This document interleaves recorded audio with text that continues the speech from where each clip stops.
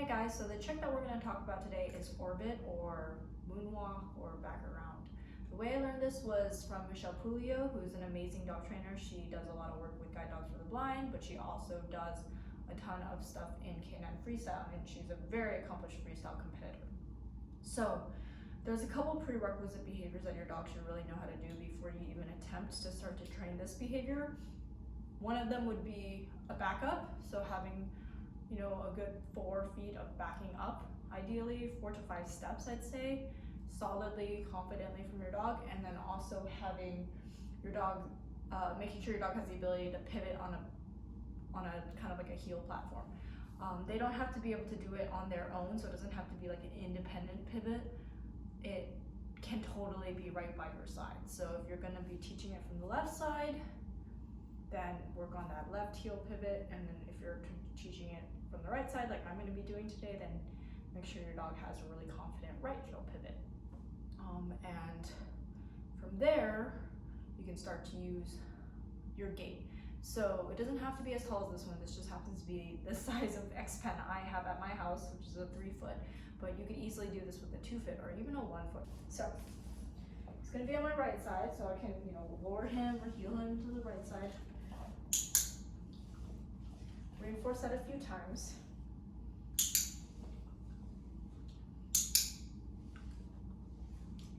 Back up. And start to click anything.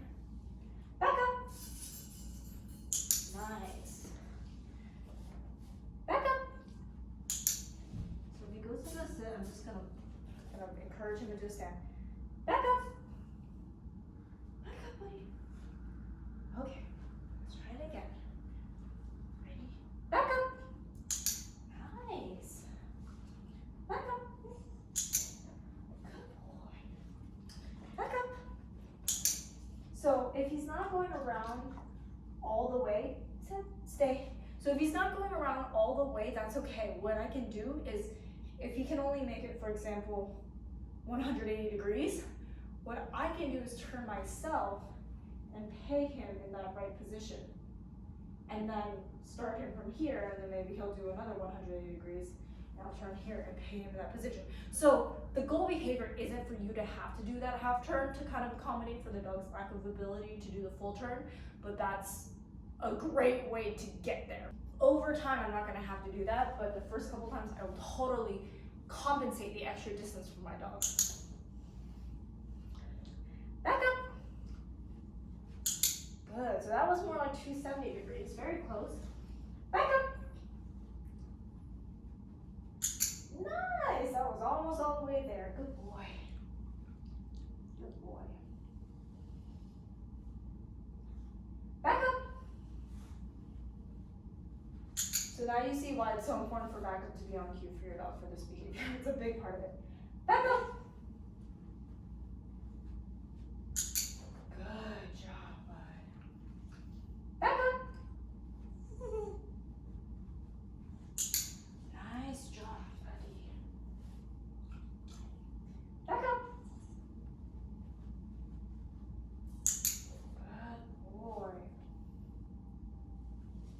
As this becomes more and more, a stronger and stronger history of reinforcement, then you're just gonna open up the gate gradually during sessions, as sessions are going well, until there just is no gate. So, every time I start a new session, I might start it completely closed, especially for the first, week or so of training this behavior.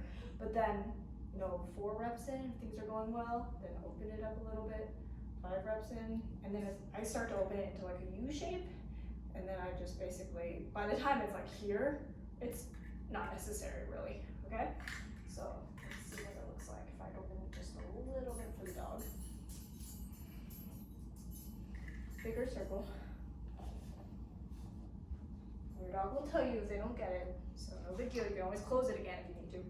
Back up. Good boy.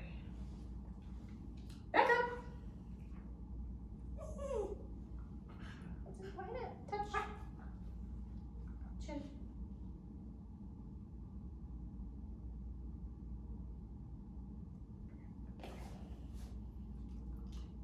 Back up.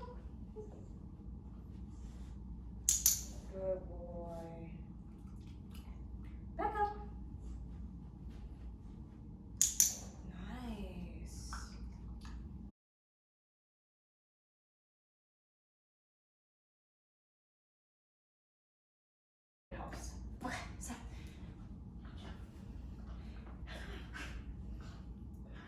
Right, and if it doesn't get the first time, there we go. Back on.